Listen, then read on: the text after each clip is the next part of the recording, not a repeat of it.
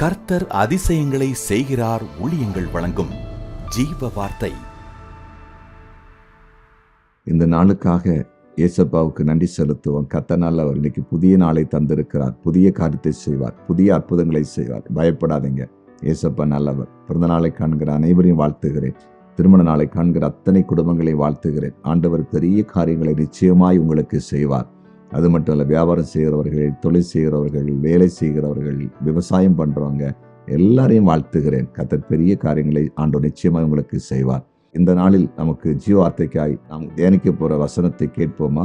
2 நாளாகமும் 15வது அதிகாரம் 2வது வசனம். அவன் வெளியே ஆசாவுக்கு எதிர்கொண்டு போய் அவனை நோக்கி, ஆசாவே, யூதா பென்யமின் கோத்திரங்களின் சகல மனுஷரை கேளுங்கள். நீங்கள் கர்த்தரோடு இருந்தால் அவர் உங்களோடு இருப்பார். நீங்கள் கர்த்தரோடு இருந்தால் அவர் உங்களோடு இருப்பார். ஜெபத்தின் தலைப்பு, உங்களோடு இருப்பார், உங்களோடு இருப்பார்.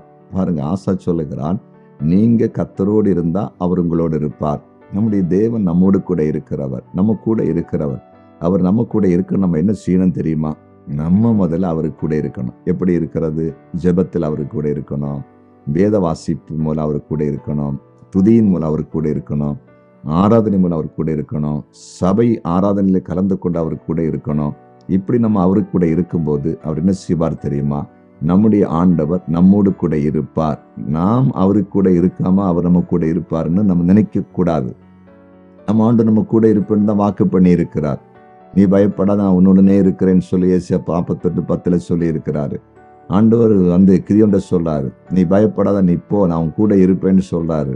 நம்ம கூட இருக்கிற ஆண்டவர், நம்ம ஆண்டவர்கிட்ட இல்லாம, ஆண்டவரை தேடாம, ஆண்டவரை ஆராதிக்காம மனம் போன போக்கில் வாழ்ந்து எப்படி கர்த்தர் இருப்பார் அப்படி நினைக்காதீங்க. தேவ சமூகத்தை நம்ம வாழ்க்கையை அப்படி அர்ப்பணிச்சிருங்க. ஆண்டவர் கூட இருப்பதற்கு, ஆண்டவரை தேடுறதுக்கு, அவரை அறிகிறதுக்கு நேரத்தை ஒதுக்குங்க. அப்படி நம்ம டைமை ஒதுக்கும் போது, நம்ம இடம் கொடுக்கும் போது, ஆண்டோடைய சமூகத்தில் இருக்கும்போது ஆண்டவர் பார்ப்பார், என் பிள்ளைங்க என் தேடி வர்றாங்களே, என் சமூகத்தில் நேரம் ஒதுக்கி இருக்காங்களே அப்படின்னு அவர் பக்கத்தில் வந்துடுவார். புரியுதா உங்களுக்கு? மோசே சீனாய் மலையில ஆண்டோடைய சமூகத்துல கடந்து போகிறார், கர்த்தரை தேடி போகிறாரு, கர்த்தர் சமூகத்துல போய் அமர்ந்திருக்கிறாரு. இப்ப ஆண்டவர் அங்க இறங்கி வராரு, அந்த இடத்துல வந்து நின்று பேசுறாரு. இதுதான் ரகசியம். நம்ம ஆண்டவரை தேடும் போது, ஆண்டவருக்கு சமூகத்துல இருக்கும்போது அவர் நம்ம கூட வந்து உட்கார்ந்து இருப்பார், நம்ம கூட அவர் இருந்து செயல்படுவார். மறந்துடாதீங்க. ஜெபம் பண்ணுவோமா? ஜெபிக்கலாம். எங்கள் அன்பு தகப்பனே, நீங்கள் கர்த்தரோடு இருந்தால் அவர் உங்களோடு கூட இருப்பார். நாங்கள் உம்மோடு இருக்கும்போது நீர் எங்களோடு கூட இருக்கிறீர். ஆம் ஆண்டவரை, யாரெல்லாம் எங்க கூட ஆண்டவர் இல்லை, எங்க கூட ஆண்டவர் இருக்க மாட்டாரா என்று நினைத்து கொண்டிருக்கிறார்களோ அவர்கள் தங்களை முதலாவது அர்ப்பணிக்கட்டும். உம்மை தேடவும், உம்மை ஆராதிக்கவும், உம்மோடு கூட இருக்கவும் நீர் அவர்களுக்கு கிருபை கொடுத்து அதன் மூலமாய் நீரும் கூட இருந்து வழி நடத்தும்படியாய் ஜெபிக்கிறோம். இப்பொழுதும் வியாதியஸ்தர்களுக்காக ஜெபிக்கிறேன்.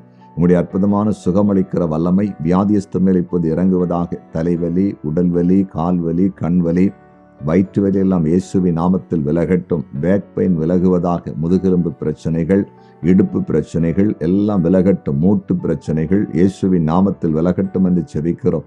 யாரெல்லாம் மூச்சு விட முடியாதபடி கலங்குகிறார்களோ அவர்களுக்கு சுகம் கிடைக்கட்டும் என்று ஜெபிக்கிறேன். தைராய்டு விலகி போவதாக, பிரஷர் விலகுவதாக, சுகர் விலகுவதாக, கொலஸ்ட்ரால் நார்மல் ஆகட்டும் என்று ஜெபிக்கிறோம்.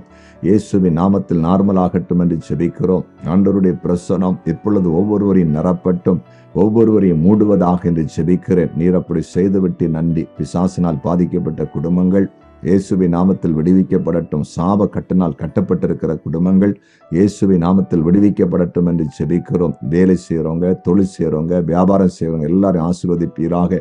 கர்த்தருக்கு ஊழியம் செய்கிற தேவ பிள்ளைகளுக்காய் ஜெபிக்கிறேன். அற்புதங்களை செய்யும்படியாய் ஜெபிக்கிறேன். ஊழியத்தை மேன்மைப்படுத்தும்படியாய் ஜெபிக்கிறேன். அப்படி செய்கிறதற்காய் நன்றி.